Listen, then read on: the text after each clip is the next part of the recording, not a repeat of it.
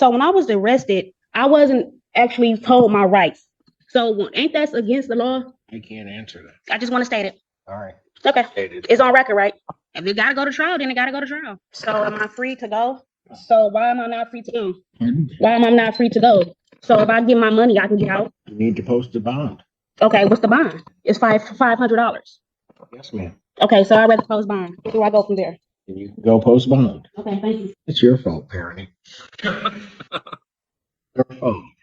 The moment she walked into that courtroom, it felt less like a hearing and more like an unhinged one-woman protest. You could basically hear the entitlement cracking in the air before she even opened her mouth. And when she did, she decided to shout at Judge Simpson. Yes, the same Judge Simpson, known for running one of the most orderly courtrooms around. Her brilliant argument was, "Why can't I go home?" while conveniently forgetting that she was arrested for assault. It's like asking why you can't leave detention when you were literally caught setting off the fire alarm. The disconnect here is staggering. She acted like jail was some Airbnb she accidentally booked. Watching her push back with this wild confidence, you'd think laws were optional and consequences were a personal suggestion. What blows me away is the composure Simpson kept. He sat there like a chess player 3 moves ahead, letting her burn herself out. That takes steel nerves most people don't have. Any other judge would have cut the mic the second she raised her voice, but he gave her rope and she just kept tugging. The whole scene feels like a masterclass in patience versus pure delusion, so now I have to ask, is this the kind of person who should be trusted back on the streets, or is her cell already the safest place for her? Let's go ahead and dive in.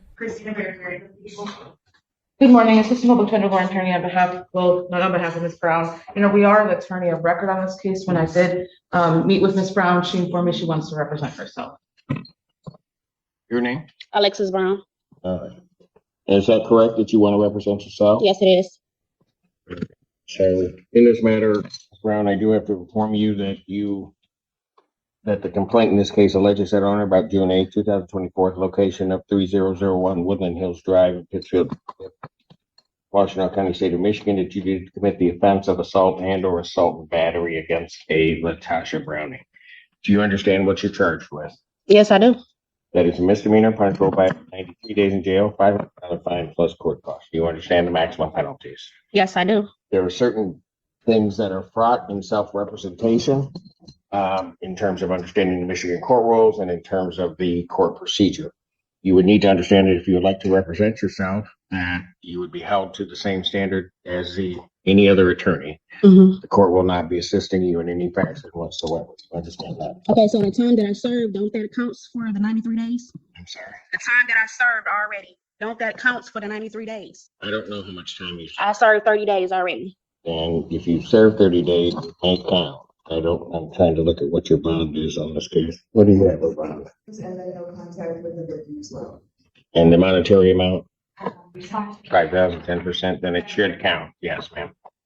And so I have a question. So when I was arrested, I wasn't actually told my rights. So ain't that against the law that you wasn't told your rights when you arrested me? Well, not you, but the officer. I cannot. You can't do nothing about it right now? I All right, I just want to state that. I can't answer that. I just want to state it. All right. Okay. Stated. It's on record, right? So Okay. what do you want this set for, ma'am?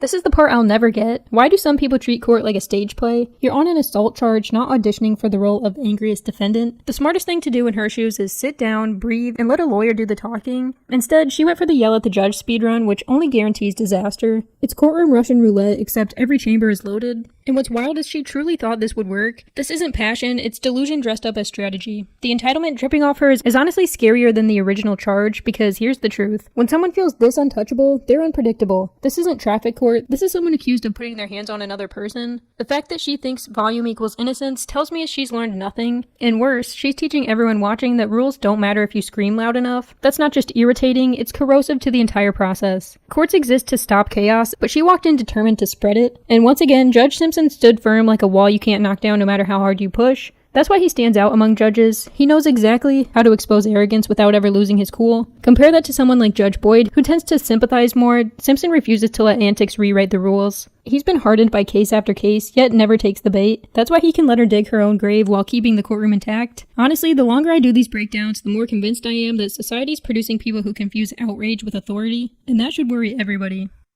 Your Honor, we have no offer at this time. Do you want it set for a trial, ma'am?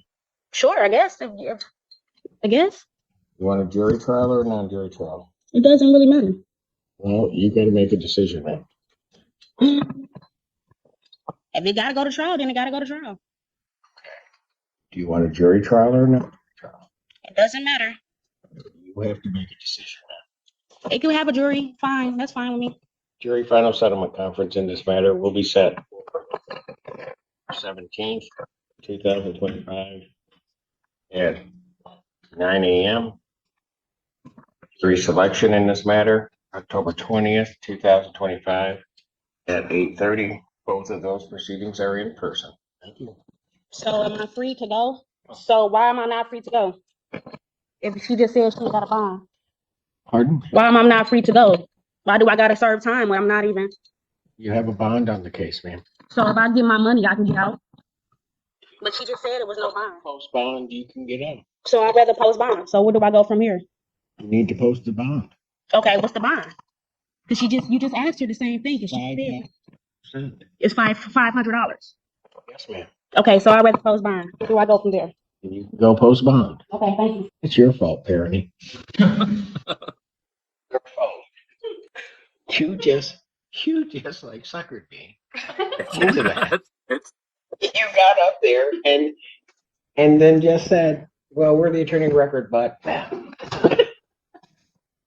We're starting off the morning with a series of bad decisions already. This is wonderful. yeah, I know, but they're all by Parody. The whole That's- McDonald's thing and then this. And This- okay, let's try this one. If this is how she handles a preliminary hearing, the trial is going to be a full-blown meltdown on public display. It won't just be entertaining, it'll be exhausting to watch her throw herself against the wall of reality. I'd bet good money she ends up serving the full stretch. Juries don't usually reward tantrums. Maybe it's 90 days, maybe it's trimmed to 2 months, but either way, society will breathe easier with her on pause. And honestly, the sentence length almost feels secondary when you consider her behavior, because even if she dodges time, she's already shown exactly why she doesn't belong running free without consequences. What really stings is how much patience is required just to get through with this hearing. Judge Simpson deserves hazard pay for not losing his temper. When she glared at her former lawyer like they somehow landed her behind bars, that was just peak delusion. No attorney in the world can save you from your own fists or your own mouth. And that's the bigger lesson here. Justice isn't built on volume, it's built on facts and responsibility. If yelling worked, every courtroom in America would collapse into chaos by lunch. Instead, judges like Simpson hold the line, making sure the loudest voice doesn't rewrite the rules. So let me ask, should she sit every one of those 90 days? Or is there any case for giving her a lighter shot? I know where I stand, but I'm curious what you guys think. So let me know your take down in the comments. Thank you so much for watching. Don't forget to like and subscribe, and I'll catch you in the next one.